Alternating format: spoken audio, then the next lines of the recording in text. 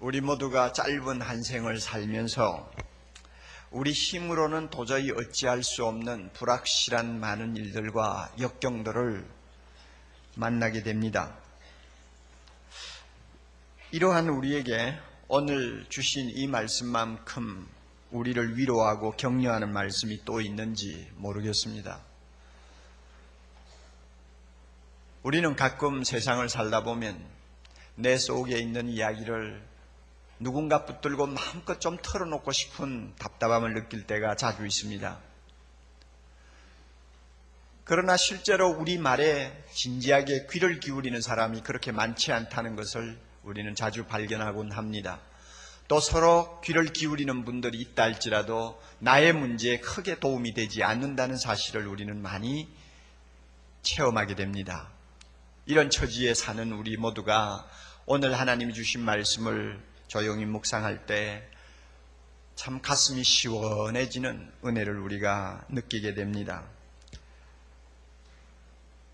말씀이 너무 쉬워요. 초등학교 학생이라도 읽으면 무슨 뜻인지 금방 마음에 와 닿을 수 있는 아주 소박한 표현들입니다.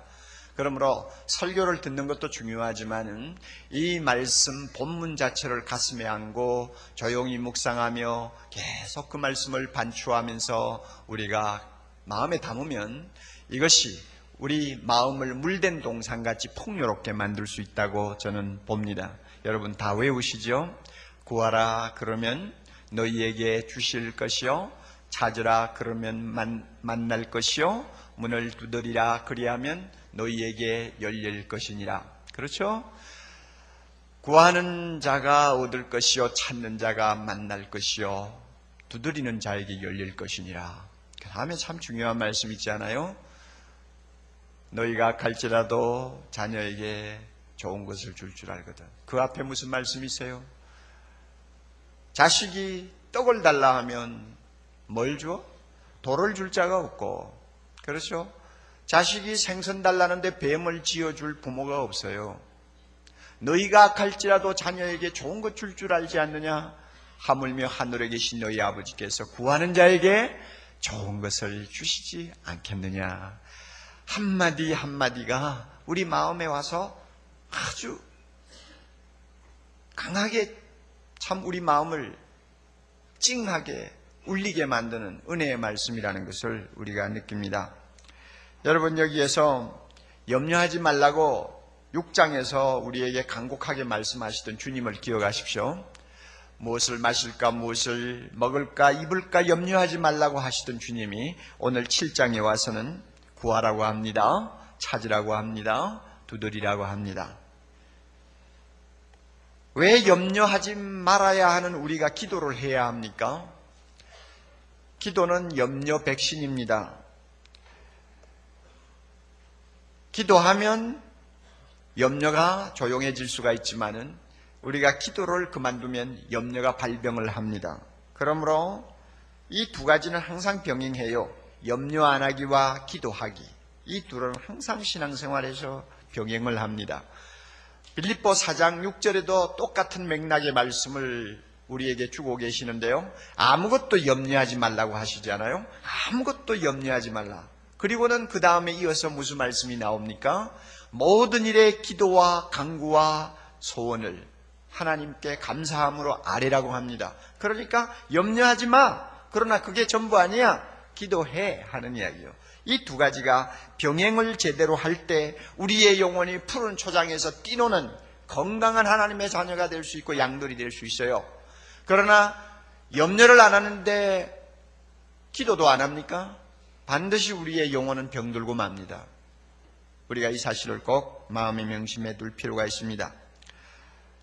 사랑하는 여러분, 기도가 무엇입니까? 구하고 찾고 두드리는 것입니다. 이 세 가지를 너무 구별하려고 하지 마세요. 이렇게 구하라, 찾으라, 두드리라 하고 반복해서 말씀하시는 이유가 있어요. 기도는 우리의 열정을 담고 하나님께 아뢰는 것입니다. 기도는 끈기 있게 하나님 앞에 매달리는 것입니다. 기도는 절대 포기하지 아니하는 집념을 가지고 하나님 앞에 마음을 토하는 것입니다. 이 사실을 좀 더 우리에게 강하게 말씀하기 위해서 구하라, 찾으라, 두드리라고 하는 삼중 강조법을 사용하신 것입니다.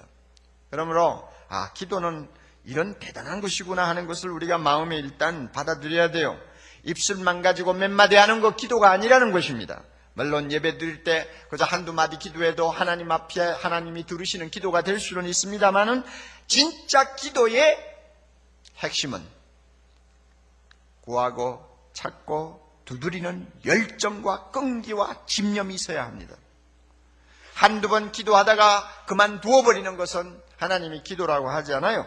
끝을 볼 때까지 매달리는 자세가 필요하다는 것입니다. 이런 의미에서 기도가 뭐냐? 기도는 우리가 개인적으로 현실적으로 부딪히는 여러 가지 절박한 문제들 있잖아요. 그 절박한 문제들을 가지고 하나님 앞에서 씨름하는 것이라고 말할 수 있습니다. 이것이 구하고 찾고 두드리는 기도입니다.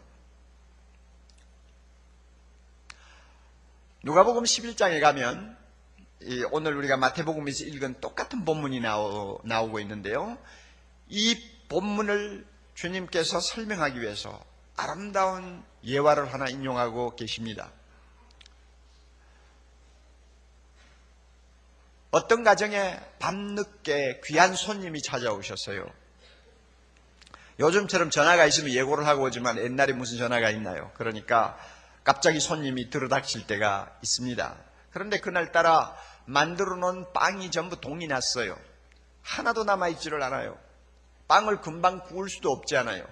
발효시켜가지고 구워야 되니까 시간이 많이 걸리죠. 그러니까 밤늦게 찾아온 귀한 손님 하루 종일 먼 길을 걸어서 오셨어요. 매우 시장한 것이 사실이요. 자, 이거 야단났단 말이요. 그대로 오늘 저녁에는 주무십시오 하기도 어렵잖아요. 궁리하다가 못해서 조금 떨어진 곳에 있는 친구 집을 찾아가기로 했습니다. 찾아가니 벌써 창문에 불이 꺼졌어요. 자녀들과 함께 잠자리에 들고 난 시간입니다. 자, 유대나라 집은 조그만해요. 마당이 뭐 따로 있는 것도 아니고요. 뭐 대문을 누르고 들어가는 것도 아니고요. 뭐 방문 앞에 가서 두들기고 이야기하면 다 주고받을 수 있는 그런 조그만한 집들입니다. 친구 집 문 앞에 서서 한참 망설였습니다. 두들길까 말까. 그러다가 참 오늘 밤 시장길을 감추고 잠을 자야 할 손님을 생각하니까 도무지 안 되겠단 말이에요. 체면 불구하고 두들기자 하고는 똑똑똑똑 두드렸어요. 안에서 누구요? 하고 대답을 했습니다. 나 누군데 너무 귀한 손님이 오셨는데 빵이 없다네. 참 죄송해. 이렇게 늦게 와서 괴롭혀서 정말 죄송한데 날 좀 도와주게나. 빵 있으면 몇 개만 빌려주어. 자네가 보다시피 나는 애들하고 벌써 잠자리에 들었어. 어떻게 일어나니? 오늘 저녁만 참으라고 해. 죄송해. 그저 돌아가주면 좋겠네. 그 말 들으니까 더 이상 무슨 말을 할 용기가 없어졌어요. 문 밖에 서서 갈까 말까 주저하고 있습니다. 방에 있는 친구는 이제 갔겠지 하고 잠을 청하는데 아무리 돌아가려고 해도 발걸음이 떨어지지 않아요. 자, 안 되겠다. 얼굴에 철판 깔고 빵을 얻어가야 되겠어 하고는 전보다도 더 강하게 땅땅 두들겼습니다. 야, 정말 괴롭히지 말라는데 왜 그러냐? 돌아가라. 오늘 저녁에 나 줄 수 없어. 제발 좀 날 좀 도와줘. 그랬더니 밖에서는 제발 날 좀 도와줘. 내가 어떻게 이렇게 돌아가자. 어떻게 손님을 굶기고 재우냐. 너 조금만 수고해주면 되지 않니? 하고는 땅땅 두들깁니다. 계속 두들겨요. 일어날 때까지 두들겨요. 자, 이런 상황이 벌어졌습니다. 어떻게 할까요? 누가 이길까요? 밖에서 두드리는 사람이 이기죠. 그러니까 할 수 없이 일어나가지고 친구에게 빵을 주어서 돌려보냈다 하는 이야기입니다. 그렇게 하고 나서 주님이 뒤에다가 코멘트를 하셨어요. 11장 8절에 비록 벗됨을 인하여서는 일어나 주지 아니할지라도 그 강청함을 인하여 일어나 그 소용대로 주리라. 친구 사이를 생각하면 절대 들어주고 싶지 않아요. 그러나 너무 못살게 구니까 저러다가 내가 잠을 못 잘 위험이 있으니까 할 수 없이 귀찮아서 들어주었다 하는 이야기입니다. 이 말씀을 하시고 나서 그 다음에 이어서 무슨 말씀 하시는지 알아요? 구하라 그러면 주실 것이요, 찾으라 그러면 만날 것이요, 문을 두드리라 그러면 열릴 것이니라. 그러므로 주님이 원하는 기도가 무슨 기도입니까? 끝까지 두들기는 기도요, 구하는 기도요, 찾는 기도라 그 말입니다. 주님이 그걸 원하세요. 이런 기도의 성격을 우리가 파악했다고 해서 모든 것이 끝난 것이 아닙니다. 주님께서 하신 이 말씀을 가만히 묵상하면 참 우리가 묵상할 때마다 마음에 참 큰 은혜를 받을 수 있는 내용들이 많이 들어있어요. 우리 몇 가지만 좀 생각해 봅시다. 첫째로요, 구하고 찾고 두드리는 기도는 하나님의 때를 기다리는 기도라야 한다 하는 암시가 들어있습니다. 하나님의 때를 기다린다. 내가 원하는 시간에 내가 받아내기만 할 수 있다면 구할 필요가 없죠. 뭐 두들기고 있어요? 한 번 기도하면 끝날 텐데, 한 번 기도하면 하나님이 주실 텐데 뭘 집요하게 버티고 서서 두들기고 있어요? 그런데 주님께서 구하고 안 되면 찾고 안 되면 끝까지 두들겨라 하는 이유는 하나님의 때가 따로 있을 수 있다는 것입니다. 하나님이 움직이셔야 비로소 내가 뭔가 응답을 받을 수 있는데 하나님이 움직이지 아니하고 계실 때가 있어요. 그럴 때는 우리는 구하고 찾고 두드리는 기도의 자세를 포기할 수가 없다는 것입니다. 그러나 하나님이 일어나서 드디어 행동하실 때는 놀라운 응답이 우리에게 임합니다. 그러므로 그때를 기다리는 기도 자세가 필요하다는 것을 말씀합니다. 여러분, 우리가 자녀를 다 키웁니다마는 조금 머리를 쓰는 부모들은요, 철이 없는 애들이 뭐 이것 달라 저것 달라 이거 사달라 저거 사달라 한다고 해서 푹푹 사주고 푹푹 주지 않습니다. 절대 주지 않습니다. 백화점에 데리고 가서 아무리 쇼핑을 해도 애가 달라는 대로 사주는 부모가 없습니다. 부모는요, 애가 원하는 것을 다 주기를 원합니다마는 마음으로는 교육적인 계산을 하세요. 어떻게 하는 것이 이놈을 좀 유익하게 하고 이놈을 교육시킬 수 있을까? 머리를 굴려요. 그래서 계산을 해요. 따라서 애에게 가장 적합하다고 생각하는 것을 선택해서 애에게 가장 유익하다고 생각하는 타이밍을 맞추어서 뭔가 하나씩 주어요. 이게 우리의 자세입니다. 어리석고 어떤 면은 악하다고 할 수 있는 세상 부모도 이렇게 생각하고 주는데 하나님이, 지혜로우신 하나님이 달란다고 막 주겠어요? 그렇지 않죠. 하나님이 생각하셔서 기다려야 되겠구만 하면 하나님은 절대 움직이지 않으세요. 하나님이 가만히 움직이지 않고 있을 동안 우리는 계속 하나님 앞에 매달립니다. 그러는 과정을 통해서 우리의 신앙이 점점 돈독해지고 우리의 인격이 하나님 보시기에 아름다운 그릇으로 빚어지고, 그렇게 해서 우리의 인품 전체가 하나님의 눈에 온전하게 기능할 수 있는 아름다운 자녀로 변해가는 것입니다. 이것을 하나님께서 기대하시면서 어떤 때는 오래 기다리고 계셔요. 그래서 우리가 철이 없는 자식이 아니라 철난 자식이 되기를 하나님이 원하고 계신다는 거 우리가 꼭 믿어야 됩니다. 이런 이유 때문에 구하고 찾고 두드리라고 하는 것입니다. 여러분 이해하시겠어요? 우리 교회에 철야기도회가 있어요. 아마 주보를 보시면 365일 철야기도회다 하고는 그 시간이 나와 있죠. 참 놀라운 분들이 많아요. 한 7, 80명이 모여가지고 밤마다 기도를 하시는 것 같아요. 그 기도에 참석한 어느 부인의 간증문을 제가 읽은 일이 있습니다. 신앙생활은 한 10년 하신 분이에요. 가난한 집안입니다. 새벽에 일어나가지고 밤늦게까지 그냥 뼈가 부질러지라 하고 열심히 일을 하지만은 부채는 자꾸 늘어나고 갚을 길이 없을 정도로 빚이 많아지고 나중에는 너무 힘이 없어서 마음으로 좌절을 했습니다. 남편이 막 원망스럽고요, 살고 싶지 않고요, 이러다가 죽고 말겠구나 하는 생각도 들고요, 믿어야 무슨 뭐 뾰족한 수가 있냐 하고 자기의 신앙도 회의가 생기고요, 이런 어려움이 있었다고 합니다. 그런 가운데 문득 사랑의 교회 철야기도회가 있다는데 내가 좀 가서 하나님 앞에 좀 매달려 봐야 되겠다 하는 생각이 들었어요. 그래서 드디어 작심을 하고 철야기도회에 참석하기 시작했습니다. 돈 있는 사람 같으면 자가용 끌고 나오고 아니면 택시 타고 올 거리입니다. 걸어서 꼬박 45분을 걸어야 나올 수 있습니다. 하루 종일 일하고 이제 쉬어야 될 그 시간에 45분을 걸어서 철야기도회에 참석하고 그 다음에 기도하다가 보면 어떤 때는 2시, 어떤 때는 3시가 되어서 다시 45분을 걸어서 집으로 돌아가서 잠깐 눈 붙이고 또 일을 시작하는 일, 절대로 쉬운 것이 아닐 것입니다. 그럼에도 불구하고 그는 작심을 하고 하나님 앞에 매달리기로 작정했다고 합니다. 하나님께서 그 자매를 사랑하셨나 봐요. 기도하고 나서 보니까 다달이 필요한 것만큼 재물을 채워주시는 것을 그가 체험했습니다. 장사를 하시는 분인지는 모르지만 다달이 필요한 것만큼 하나님이 돈을 주셨어요.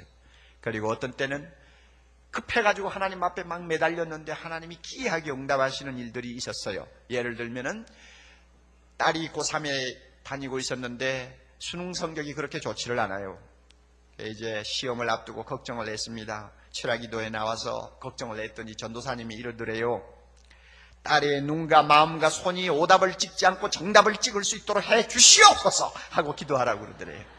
그래가지고 밤마다 그냥 시험을 앞두고는 하나님이여 내 딸이 정답을 오답을 찍지 않도록 꼭 정답만 찍을 수 있도록 우리 딸을 꼭 손을 붙잡아 주세요 하고 매달렸답니다.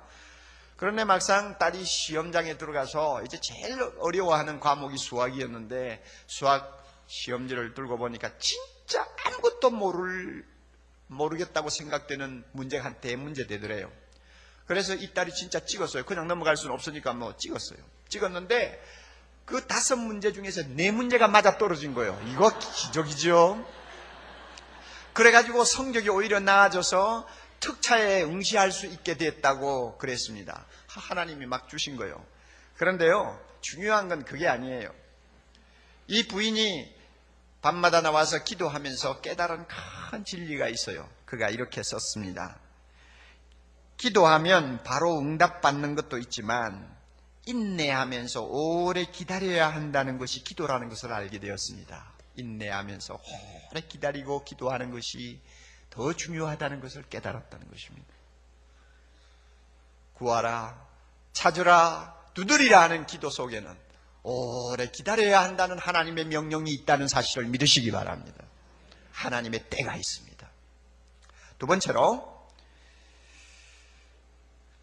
우리가 구하고 찾고 두드리는 기도의 대상이 하나님 아버지라는 사실을 우리가 마음에 꼭 기억해 두셔야 됩니다.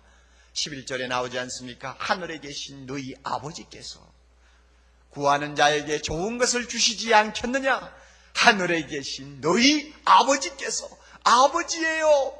여러분, 우리는 하나님이 누구신가 대충 상식적으로도 알지 않습니까? 하나님이 누구세요? 모든 것을 다 가지신 분입니다. 그에게는 부족함이 하나도 없습니다. 하나님이 누구십니까? 그는 마음만 먹으면 무엇이든지 다 하실 수 있는 전능하신 분이십니다. 하나님은 누구십니까? 그는 우리를 불쌍히 여기시는 분입니다. 구더기와 같고 하루살이와 같은 우리지만은 그래도 자기 자식이라고 생각하시고 인격 대우해 주시면서 불쌍히 여기시는 자비로우신 하나님이십니다. 그뿐입니까? 말씀을 통해서 약속하신 그의 모든 약속은 하나도 빠짐없이 성실하게 지키시기를 원하시는 성실하신 하나님 아버지십니다. 그런 하나님이 우리의 아버지가 되시는 거예요. 모든 것을 가지신 분, 무엇이나 다 하실 수 있는 분, 우리를 불쌍히 여기시는 분, 한 번 약속하시면 반드시 지키시는 그 하나님이 우리 아버지 되세요. 그분에게 구하는 것입니다. 그분을 찾는 것입니다. 그분의 문을 두드리는 것입니다. 이것이 기도라는 것이요. 이게 얼마나 놀라운 일입니까? 여러분, 우리가 예수 믿고 우리에게 일어난 많은 기적들이 있습니다마는 그 가운데서 빼놓을 수 없는 기적은 뭡니까? 하나님을 아버지라고 맘 놓고 부를 수 있다는 것입니다. 이것은 성경에 보면 권세라고 했어요. 하나님이 주신 권세입니다. 하나님의 자녀의 권세입니다. 우리가 아무나 붙들고, 여러분 대통령이 있다고 해서 아무나 가서 그 사람을 보고 아버지 할 수 있습니까? 할 수 없죠. 누군가가 그를 아버지라고 부를 수 있다면 아버지가 가지고 있는 영광과 권세를 자기가 같이 누리는 것 아닙니까? 하나님을 아무나 아버지라고 불러요? 아니요, 천만에요. 아무도 그렇게 부를 수 없어요. 예수님이 세상에 계실 때 하나님을 아버지라 부르다가 사람들에게 미움을 받아 십자가에 처형된 것을 여러분이 아세요? 하나님을 아무나 아버지라 부르는 거 아니에요. 그러나 우리가 예수 믿은 다음에 하나님이 우리에게 이 권세를 주셨어요. 언제든지 나를 아버지라 불러라. 얼마나 감사해요. 이 아버지를 향해서 구하고 찾고 두드리는 것이 기도입니다. 얼마나 큰 영광입니까? 그럼에도 불구하고 우리는 머리로서는 그걸 다 받아들여요. 그러나 실제로 하나님을 나의 아버지로 믿고 마음에 깊이 받아들이지를 못하는 사람들이 많아요. 다른 말씀으로 표현한다면 하나님을 나의 아버지로 100% 신뢰를 못하고 있는 분들이 많다 그 말입니다. 이것이 문제예요. 뭘 보고 하느냐? 기도 안 하는 거 보면 알잖아요. 기도 안 하는 거 보면. 진짜 하나님을 그렇게 아버지로 신뢰한다면 기도 안 하고 되겠어요?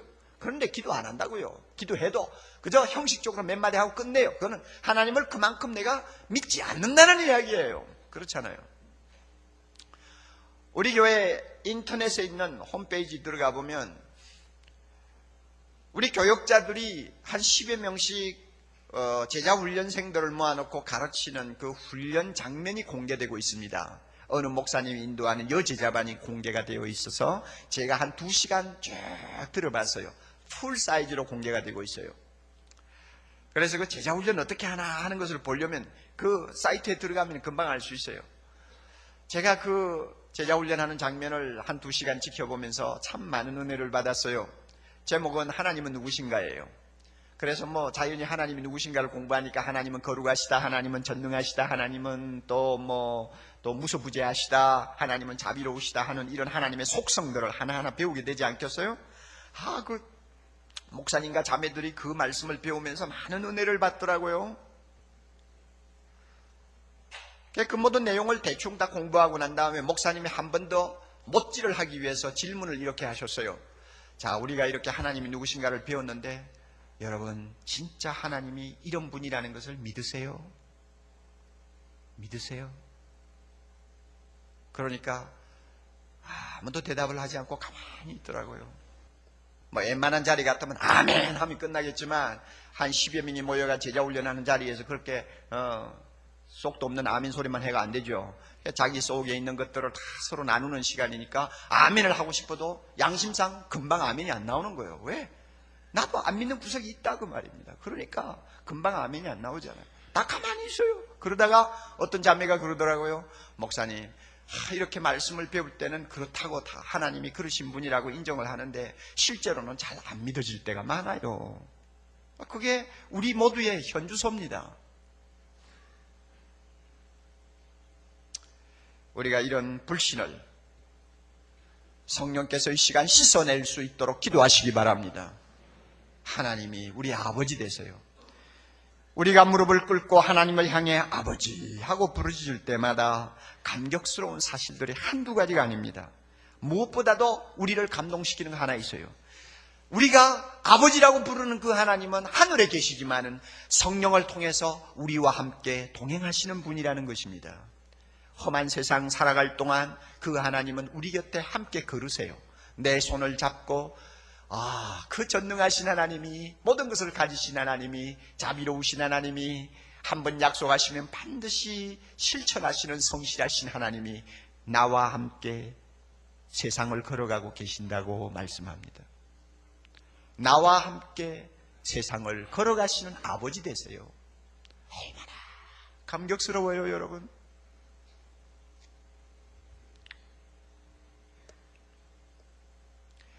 그러니 말이죠. 인생을 살다가 우리가 물 가운데로 들어갑니다. 내 곁에 하나님 아버지가 함께 걸어가신다고 할 때 여러분 구하지 않겠어요? 내가 물에 지금 빠지는데 구하지 않겠어요? 찾지 않겠어요? 두드리지 않겠어요? 두드리고 찾는 것이 얼마나 자연스러워요. 어린아이가 아버지하고 가다가 미끄러지면 아빠 하고 부르짖는 거야. 너무나 자연스러운 현상이죠. 진정 하나님이 나의 아버지가 되셔서 내 인생길을 함께 걸어가신다. 나도 모르게 내가 사망의 음침한 골짜기를 통과할 때 여러분, 내가 하나님을 찾고 부르짖는 게 뭐가 이상한 거예요? 정말 그 하나님이 나와 함께 동행하시는 아버지라는 것을 믿는다면 구하고 찾고 기도하는 것, 부르짖는 것, 두드리는 것 무엇이 이상하냐 말이에요. 기도 안 하는 사람이 오히려 이상하죠. 그렇지 않습니까? 그리고 하나님을 향하여 우리가 아버지하고 부를 때마다 또 가슴을 뭉클하게 하는 사실이 하나 있습니다. 그게 뭔지 아세요? 우리가 막 집요하게 하나님 주시옵소서, 하나님 주시옵소서, 불쌍히 여겨 주옵소서 하고 기도하면요, 하나님이 그 강청을 들으시고는 하나님이 마음을 바꾸신다는 것입니다. 마음을 바꾸시는 아버지. 마음을 바꾸세요. 이거 참 희한한 이야기예요. 여러분, 하나님은 어떤 분이라고, 어떤 아버지라고 생각하세요? 자, 우리는 흔히 육신적인 아버지를 생각하면 주로 두 개의 이미지가 마음에 떠오릅니다. 하나는 고집이 세고 한번 자기 주장 내세우면 막 누구 말도 안 듣고 막 부인 말도 자식 말도 안 듣고 끝까지 관철하는 완고한 아버지의 이미지가 있어요. 종교개혁자 루터의 아버지가 그런 분이었다고 합니다. 그리고 저의 아버지도 그런 형에 속했습니다. 통하지 않아요. 그러니까 아이고 아마 이야기해봐도 소용없어. 가만히 있어야 돼. 무슨 말 했다가는 집안이 아우성 날 테니까. 뭐 이런 식으로 완고한 아버지 이미지가 있잖아요. 그리고 또 다른 이미지가 있어요. 자상하시고 부드럽고 항상 자녀의 말에 귀를 기울이고, 그래서 서로 대화를 하다가 자녀의 말을 들어보았을 때 자기 생각보다는 자녀들의 생각이 옳다고 판단되면 스스럼 없이 자기 생각을 적고 자녀들의 소원대로 들어주시는 너그러운 아버지 이미지가 있잖아요. 자, 그러면 여러분, 하나님을 아버지라 부를 때 우리는 누구의 이미지가 어떤 이미지가 머리에 떠오릅니까? 완고한 하나님. 어떤 사람은 그렇게 가르쳐요. 하나님은 한번 뜻을 정하시면 절대로 변개치 않으시는 분이다. 그가 뜻을 정하시면 반드시 그 뜻은 이루어진다. 그러므로 우리가 하나님의 뜻을 바꾸려고 생각하는 것은 그것은 불경지에 해당하는 것이다 하고 가르칩니다. 성경에 보면 그렇게 가르칠 수 있는 근거도 있어요. 하나님은 왔다 갔다 하시는 분 아니에요. 만약에 그런 식으로 하나님을 우리가 믿는다면 참 하나님 아버지 앞에 우리가 구하고 찾고 두드릴 수 있을까요? 해봐야 소용없는 짓인데. 우리가 하나님 앞에 기도할 때마다 내 기도는 하나님의 뜻에 반드시 일치한다고 장담할 수 있는 기도가 몇 가지나 돼요. 우리는 잘 몰라요. 하나님의 뜻이 다 뭔지를 몰라요. 그저 우리는 너무나 절박한 문제를 가지고 막 견딜 수가 없어가지고 하나님을 찾는 것이지, 이게 하나님의 뜻에 맞는지, 이 기도가 하나님을 기쁘게 할 수 있는 기도인지 아닌지 우리가 다 잘 몰라요. 막 급하니까 부르짖는 것이죠. 그러니까 하나님의 뜻이 무엇인지 제대로 모르고 우리가 부르짖는데 하나님은 어떤 뜻을 갖고 계신다. 그러므로 아무리 부르짖어도 하나님은 자기 뜻을 절대 바꾸지 않으신다 하는 전제가 분명하다면 기도할 필요가 없죠. 그러나 여러분 보세요. 왜 구하라고 합니까? 왜 찾으라고 합니까? 왜 집요하게 문을 두드리라고 합니까? 너 기도 들어보고 내가 설득을 당할 수 있다 하는 이야기입니다. 너 기도 때문에 내가 설득을 당할 수가 있다는 이야기입니다. 하나님의 입장에 내가 마음을 바꿀 수 있다는 이야기입니다. 참 얼마나 기가 막힌 이야기요.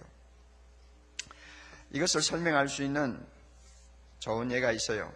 열왕기하 20장에 가보면 참 경건하고 또 하나님의 뜻대로 살려고 하던 젊은 왕이 있습니다. 히스기야라는 왕입니다. 그 왕은 하나님을 잘 섬겼습니다. 그래서 하나님이 많은 축복을 주셨는데 그만 30대 후반에 치명적인 병에 걸려가지고 쓰러졌어요. 투병 생활을 하는데 하루는 하나님이 이사야를 불러가지고, 선지자 이사야를 불러가지고 너 히스기야 왕에게 가서 내 뜻을 전해라.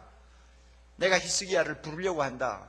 그러므로 다시 살지 못할 테니까 집안에 대해서 유언하라고 가서 일러라. 그랬어요. 이사야 선지자가 히스기야 왕을 찾아와서 왕이여, 하나님의 뜻입니다. 왕은 일어나지 못합니다. 그러므로 집안을 정리하고 유언하십시오. 그랬어요. 이사야 선지자가 떠나고 난 다음에 히스기야 왕이 얼마나 슬프고 절망을 했는지 몸을 돌려 벽을 향해 누워서는 방성대곡을 하면서 하나님 앞에 부르짖는 기도가 나와요. 그런데 하나님이 그 기도를 다 들으셨어요. 그리고는 지금 자기 집으로 돌아가고 있는 선지자를 길거리에서 다시 불렀어요. 너 히스기야에게 다시 돌아가라. 돌아가서 내가 마음을 바꾸었다고 전해라. 그리고는 뭐라고 히스기야에게 전했는지 압니까? 하나님께서 왕의 눈물을 보셨다고 합니다.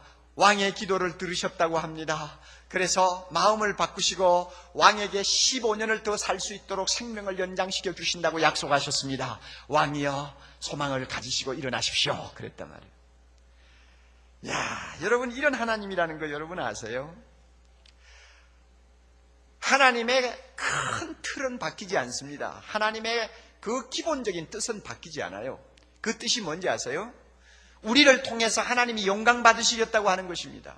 그리고 모든 것을 합력하여 우리에게 선을 이루도록 해주시겠다고 하는 뜻입니다. 이 큰 틀은 변함이 없어요. 그러나 이 틀 안에서 개개인적인 우리 개인의 문제를 다루실 때는 경우에 따라서 우리의 기도를 들으시고 하나님께서 자기 뜻을 바꾸시고 스스로 우리 기도에 설득당하시는 것 같이 보이시는 일들이 자주 일어난다는 것입니다. 여러분 이거 믿으세요? 왜 그러세요? 너그러우신 아버지세요. 너그러우신 아버지. 요즘 많은 분들이 읽고 계시는 달라스 윌라드라고 하는 유명한 저자의 글을 보니까 이런 말이 있어요. 적절하다고 생각되는 상황에서 뜻을 못 바꿀 하나님이라면 그는 전능하신 분이라고 할 수가 없다. 그랬어요. 적절하다고 판단하는 상황에서 자기 뜻을 바꾸지 못하고 매여 있다면 어떻게 그 하나님이 전능한 하나님이냐 그 말입니다. 우리의 유익을 위해서라면 하나님은 자기 마음을 바꾸실 수가 있다는 것입니다. 여러분, 우리와 함께 동행하시는 하나님이세요. 아버지세요. 경우에 따라서는 우리의 기도를 들으시고 마음을 바꾸실 수 있는 자비로우신 아버지세요. 그분을 향해 우리가 구합니다, 찾습니다, 두드립니다. 얼마나 큰 축복입니까? 할렐루야! 얼마나 큰 축복이에요. 자, 세 번째로 구하고 찾고 두드리는 자에게는 반드시 좋은 것을 주신다고 약속하셨습니다. 이 사실을 꼭 기억하십시오. 너희가 악할지라도 자녀에게 좋은 것을 줄 알거든 하물며 하늘에 계신 너희 아버지께서 구하는 자에게 좋은 것으로 주시지 않겠느냐. 하나님의 약속입니다. 여러분, 우리 인간은 자식에게 잘해준다고 하지만 사실 본성이 다 악한 부모들입니다. 이렇게 악한 부모들임에도 불구하고 자식에게 나쁜 거 주려고 하는 부모는 거의 하나도 없어요. 미국 세크라멘토에 소재하고 있는 샌프란시스코 주립 형무소에 패터슨이라고 하는 사람이 지금 복역 중에 있죠. 그 사람은 가정을 다 던져버리고 나와가지고 강도짓을 하고 또 마약을 복용하면서 방탕한 생활을 하다가 무슨 죄를 범해가지고 결국 감옥 생활을 하게 되었습니다. 이렇게 악한 사람이에요. 이런 사람을 아버지라고 부를 자식이 누가 있고 남편이라고 생각할 사람이 누가 있겠어요? 그런데 소식을 들으니까 자기 딸이 지금 위도하다는 거예요. 그 딸은 태어날 때부터 콩팥이 하나밖에 없는 좀 이상한 체질을 가지고 태어났어요. 그런데 그 하나밖에 없는 콩팥이 문제가 생긴 거예요. 그래가지고 딸이 위도하다는 말을 듣고는 이 복역 중에 있는 아버지가 선뜻 나섰어요. 내 콩팥을 기증하겠다 하고 나왔어요. 그런데 이상하게도 이 아버지도 콩팥이 하나밖에 없어요. 그러니 여러분, 자기 콩팥 하나 있는 거 기증하면 자기가 죽는다는 이야기예요. 이렇게 악한 아버지도 자식에게는 좋은 거 주려고 그래요. 그렇다면 하늘에 계신 우리 아버지, 선하시고 인자와 긍휼이 무궁하신 사랑이 많으신 그 하나님이 우리에게 좋은 거 주시지 않겠느냐 그 말입니다. 우리가 이거 꼭 믿어야 됩니다. 하나님이 주시는 것은 좋은 것입니다. 구하고 찾고 두드리는 자에게 하나님이 주시는 응답은 좋은 것입니다. 그런데 문제가 있습니다. 누구 눈에, 누구 보기에 좋은 거냐 그 말이에요. 하나님 보기에 좋은 거요, 내 눈에 좋은 거요. 물론 양쪽 다 좋으면 괜찮지. 금상첨화죠. 그렇잖아요. 하나님 보기에도 좋고 내 눈에도 좋고. 아까 제가 예를 든 시험장에 가가지고 눈 딱 감고 찍었는데 5개 중에 4개가 맞았다. 기도 응답 받았다. 그러면 하나님 보시기에도 그게 좋았는지 몰라요. 그리고 또 우리에게 얼마나 좋아요. 그런 경우도 왕왕이 있기는 합니다만은 많은 경우에요. 하나님은 좋다고 주시는데 우리 눈에는 안 좋아요. 그런 응답이 많아요. 하나님은 떡이라고 주시는데 내가 보니까 돌이에요. 이런 경우가 많아요. 자, 이런 경우를 맞았을 때에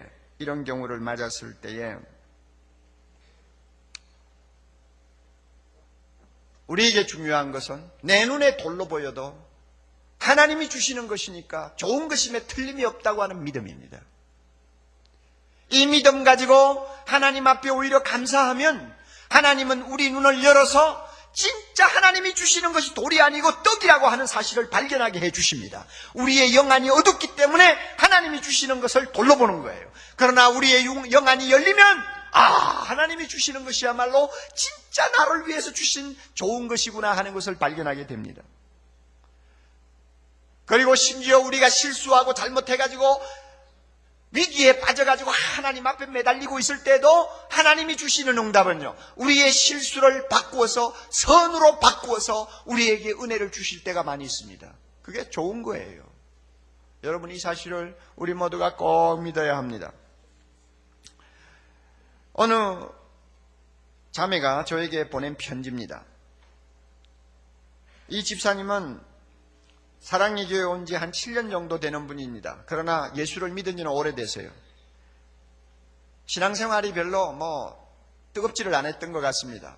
남편은 오히려 직장생활하면서 너무 주님을 위해서 충성을 많이 하니까 그게 보기 싫어가지고 집안에서 남편을 은근히 핍박하는 그런 여자였습니다. 그런 경우도 있죠, 그죠? 예.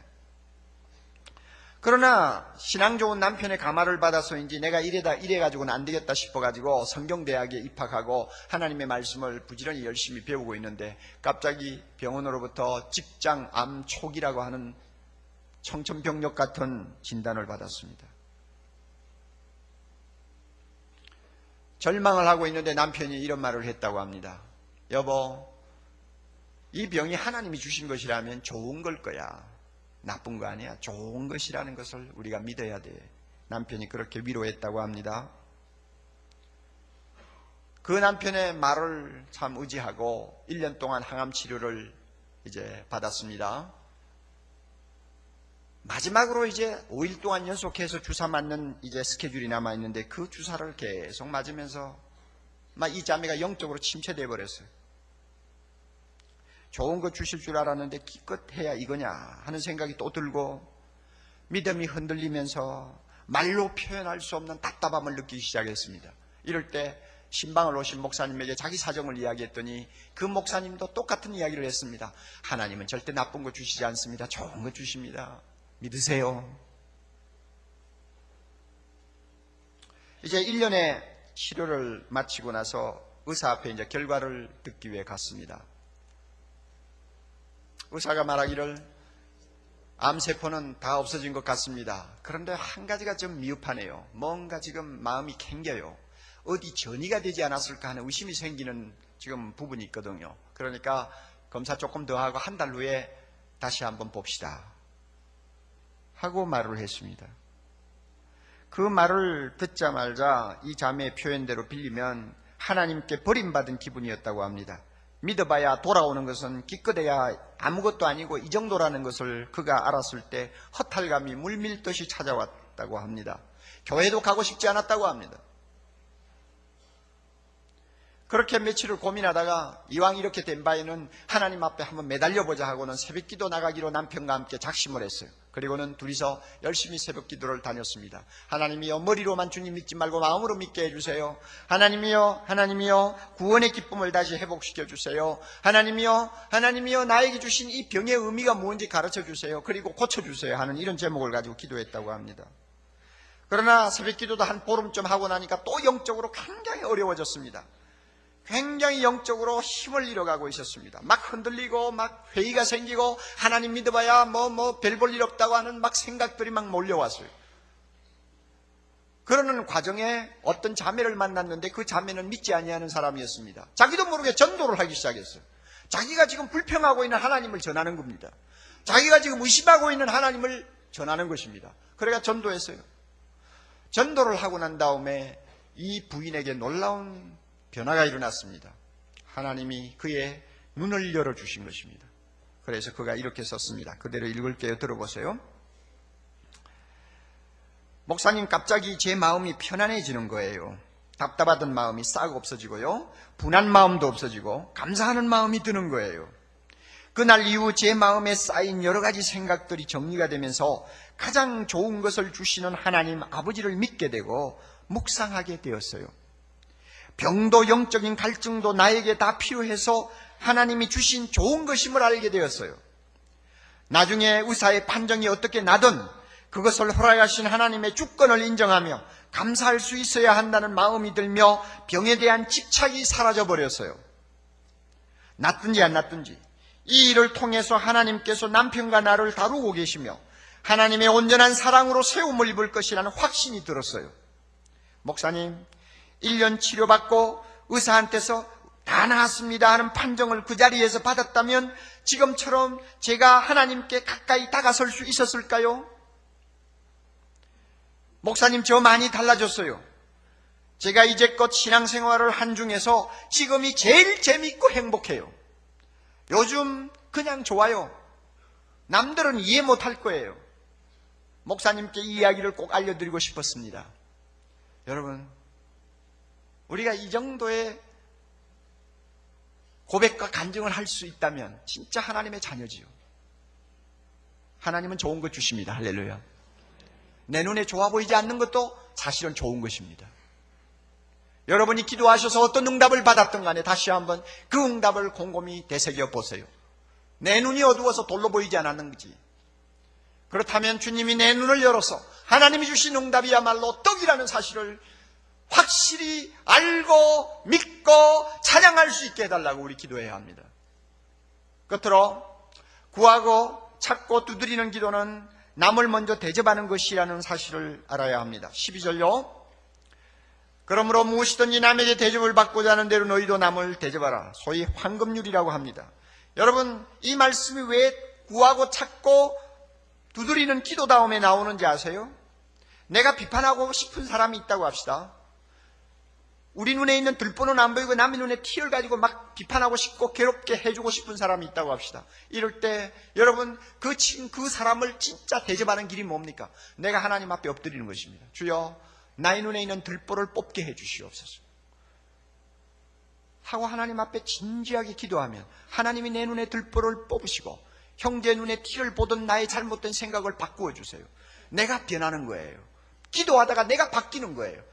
내가 바뀌면 나는 다른 형제를 대접하는 사람이 됩니다. 여러분 아세요?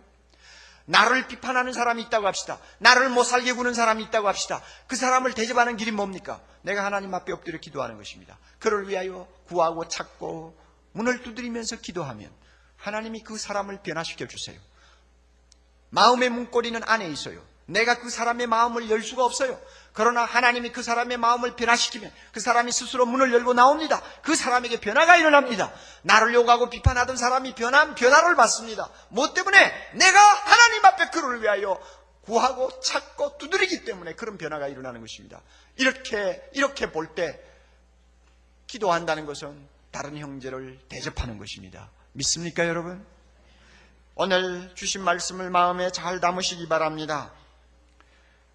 우리는 구하고 찾고 두드리지 아니하면 안 되는 상황에 지금 놓여 있습니다. 얼마나 우리를 당황하게 만드는 사건들이 연일연냐 우리 앞에 모습을 드러내고 있습니까? 100년 만에 처음이라고 하는 한 발을 우리는 맞고 있습니다. 온 땅이 메마르고 있습니다. 비를 주시는 하나님이세요. 선인과 악인을 가리지 아니하시고 비를 주시는 하나님이세요. 그분이 우리 아버지세요. 우리가 이와 같은 어려움을 당할 때 왜 찾고 구하고 두드리지 않겠습니까? 환경이 오염되어 우리에게 어떤 병이 발병할지를 도무지 모르는 불안을 안고 우리는 살고 있습니다. 갑자기 우리 몸에 이상이 생길 수가 있습니다. 이런 어려운 상황을 우리가 맞아서 하루하루 살고 있으면서 내 곁에 동행하시는 좋으신 하나님 앞에 구하고 찾고 두드리는 기도를 왜 하지 않겠습니까? 내 자녀를 아무리 사랑해도 탈선합니다. 우리가 어떻게 하겠어요? 어떻게 하겠어요? 인터넷에 앉아가지고 감독할 수 없는 시간에 제 마음대로 인터넷 속에 빨려들어가 못된 것들을 다 접촉하는 내 자녀를 누가 지키고 보호하겠습니까? 여러분, 이런 자녀를 앞에 놓고 전능하신 하나님, 무엇이나 하실 수 있는 하나님, 좋은 것을 주시는 하나님 앞에 어떻게 부모가 구하고 찾고 두드리지 않겠느냐 그 말입니다. 생활고를 놓고 우리는 주님 앞에 나가야 합니다. 아빠의 직장을 놓고 주님 앞에 나가야 합니다. 어떤 문제든지 간에 나에게 절박한 문제라고 인식되는 것은 서슴지 말고 들고 하나님 아버지 앞에 나가서 구하고 찾고 두드리면 하나님은 반드시 좋은 것 주신다고 약속하셨습니다. 할렐루야. 경우에 따라서는 하나님의 뜻이 어떠했든 간에 우리의 구하는 바를 들으시고 자기 마음을 바꾸시고 우리에게 응답하신다고 약속하셨습니다. 이 좋은 하나님이 우리 아버지 되세요. 왜 기도하지 않습니까? 우리 모두가 기도함으로써 승리하는 삶, 기도함으로써 기적을 창출하는 삶, 기도함으로써 하나님의 놀라운 영광을 세상에 보여줄 수 있는 승리자의 삶을 살 수 있도록 우리 모두가 노력할 수 있기를 바랍니다. 다 같이 기도하십시다. 자비로우신 하나님 아버지시여, 우리를 향하여 구하고 찾고 두드리라고 말씀하시고 그렇게 간청하면 하나님이 좋은 것을 주시겠다고 약속하신 하나님 아버지, 그동안 우리가 기도를 게을리하며 기도에 마음을 두지 아니했던 불신을 용서하여 주시기를 원합니다. 우리는 우리 개인을 위하여 절박한 문제들이 있습니다. 우리 가정을 위하여 절박한 문제가 있습니다. 이 사회와 국가를 위하여 절박한 문제가 있습니다. 하나님의 나라를 위하여 절박한 문제가 많이 있습니다. 주여, 구하게 하옵소서, 찾게 하옵소서, 두드리게 하옵소서. 나와 함께 동행하시는 자비로우신 하나님 아버지를 옆에 두고 우리가 기도에 게을러서 하나님을 불신하는 신앙생활하지 않도록 도와주시옵소서. 예수님 이름으로 기도드리옵나이다. 아멘.